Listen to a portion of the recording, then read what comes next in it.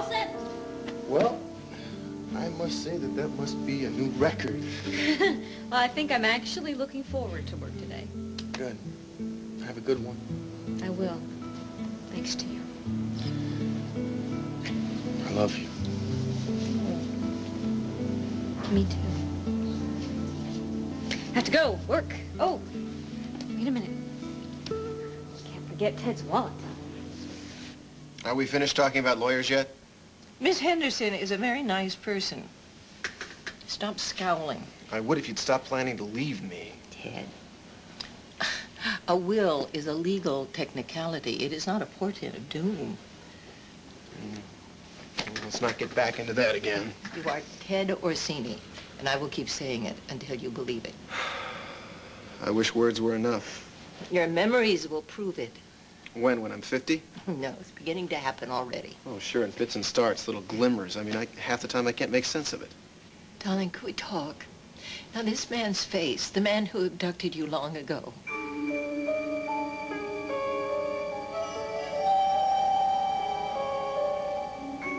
Oh, I knew I shouldn't have asked you about that. Okay, I'm all right. I'm fine. I hate to see that pain on your face. Oh, damn it, when am I going to be able to make the connection?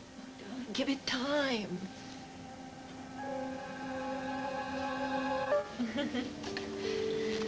Maybe this wasn't such a good idea. Oh, no. No, I'm really looking forward to seeing my patients. Okay, then I will go back and check my schedule, come back and find you, and we will find Ted Orsini. Okay, I'll get some coffee.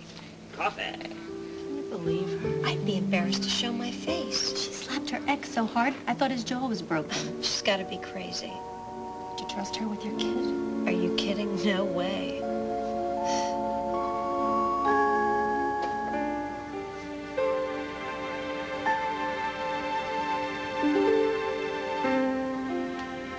What is it?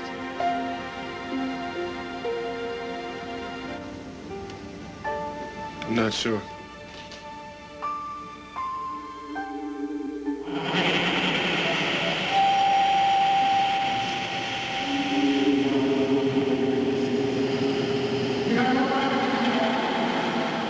Bother her at all.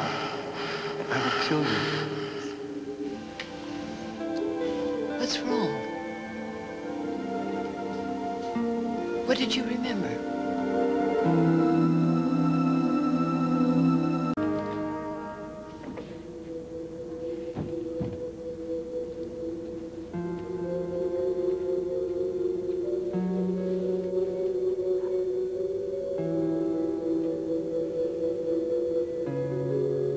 Can you believe her? I'd be embarrassed to show my face.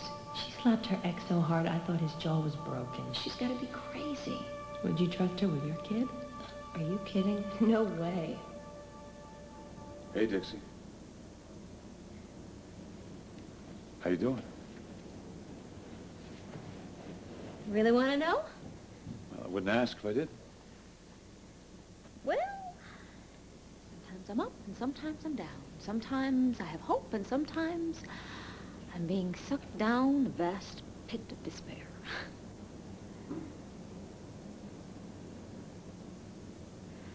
I'm scared to death. Yeah, I thought that's exactly the way you'd feel.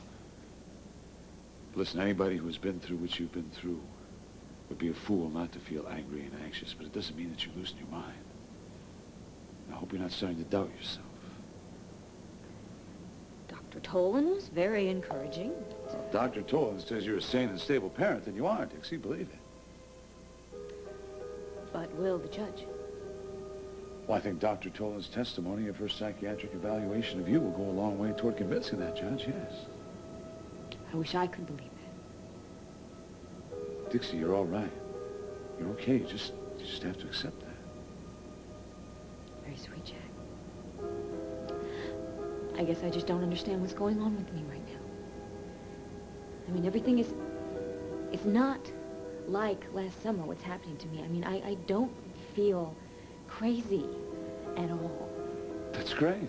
But I'm hallucinating. I mean, there is no doubt about it. I saw Ted.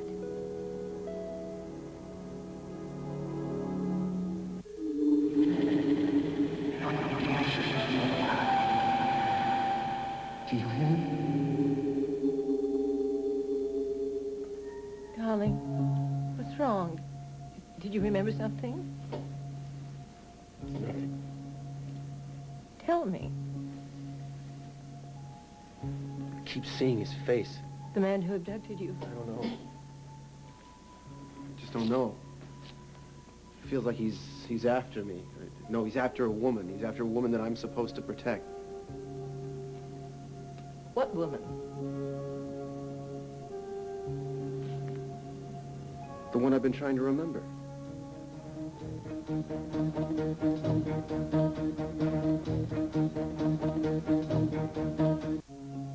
How do you know this isn't the man who abducted you? I don't know how I know. I just do. Oh. Oh, I wish this would all go away. You do. I'm beginning to feel like I'm stuck in a foreign film without subtitles. Darling, does your head ache? Are you in pain? No, I'm just frustrated.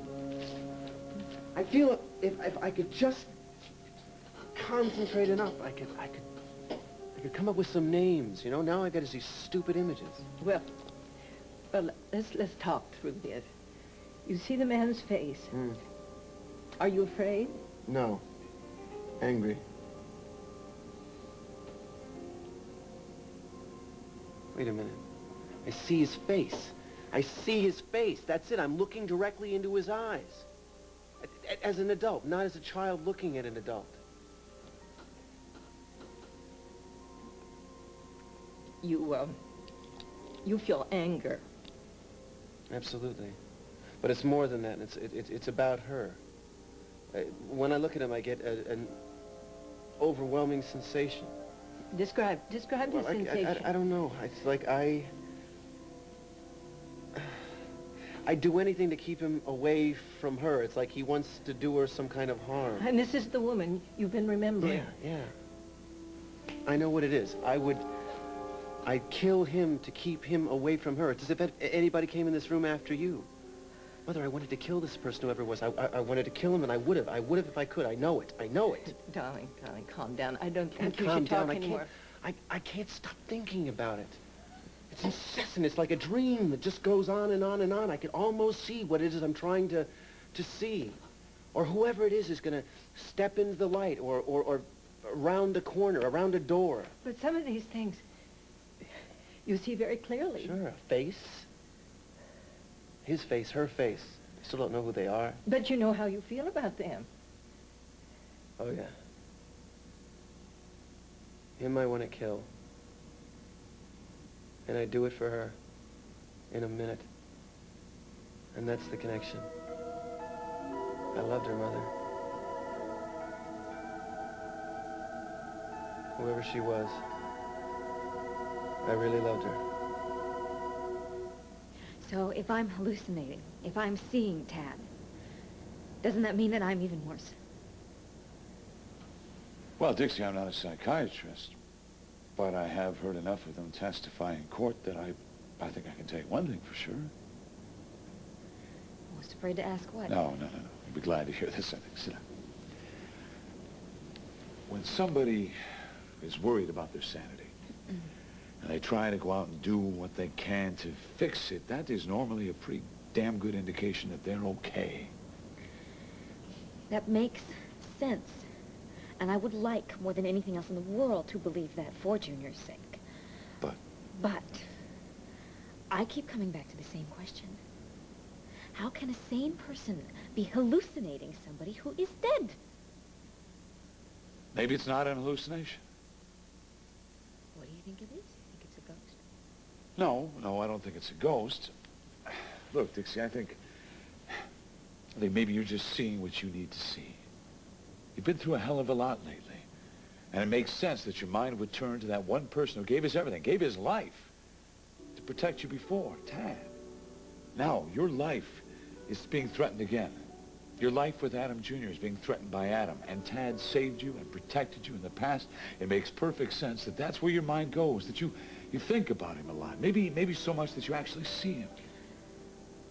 Dr. Tolan said something like that. Okay. The problem is that I have not been seeing him in my mind. I've been seeing him in the park, standing there, right across from me. Because that's where you needed to see him. You needed to see him somewhere close enough that he could help you. Look, Dixie, given everything that you have been through and your history with Tad, I think this is okay. Dr. Tolan said that too. All right, well, maybe it's time that you just believe us. Lighten up on yourself a little bit. But if I'm thinking about him, and if I'm seeing him, what does that say about Brian and me? I don't want you to listen to me. I want you to lighten up on yourself a little bit. Just let it go, because Tad is always going to be there, and he's always going to be there when you need him.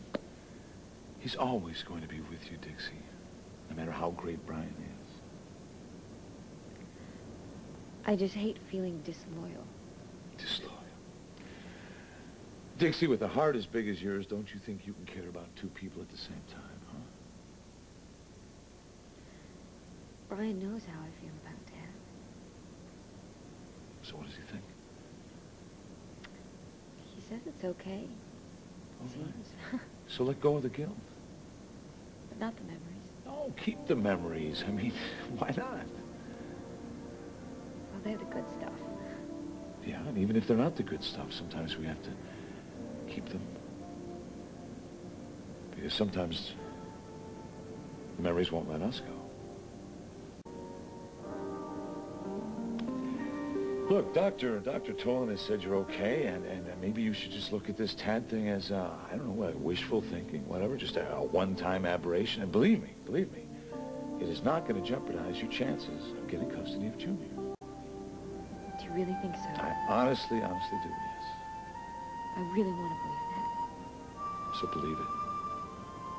And now, you are going to spend part of this day with Junior, and I'm not going to take no for an answer. Okay?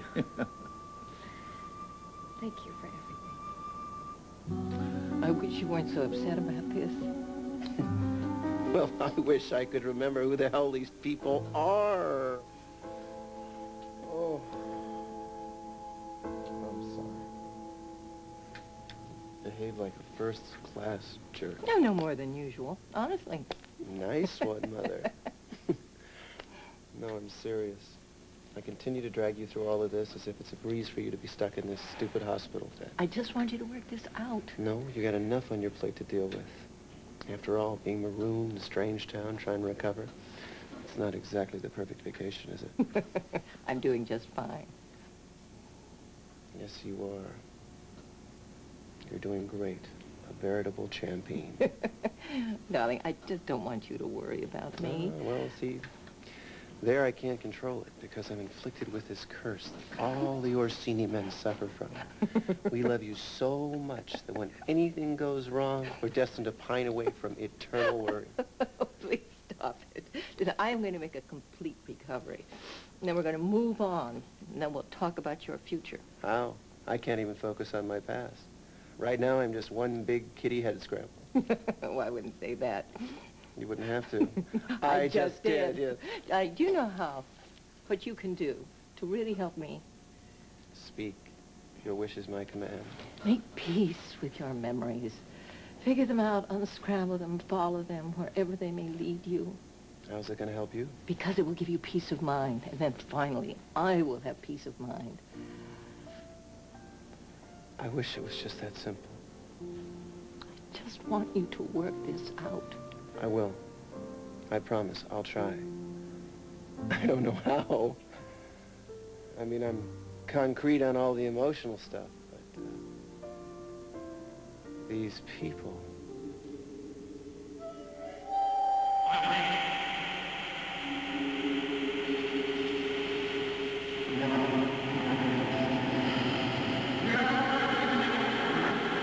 You bother her at all, I will kill you.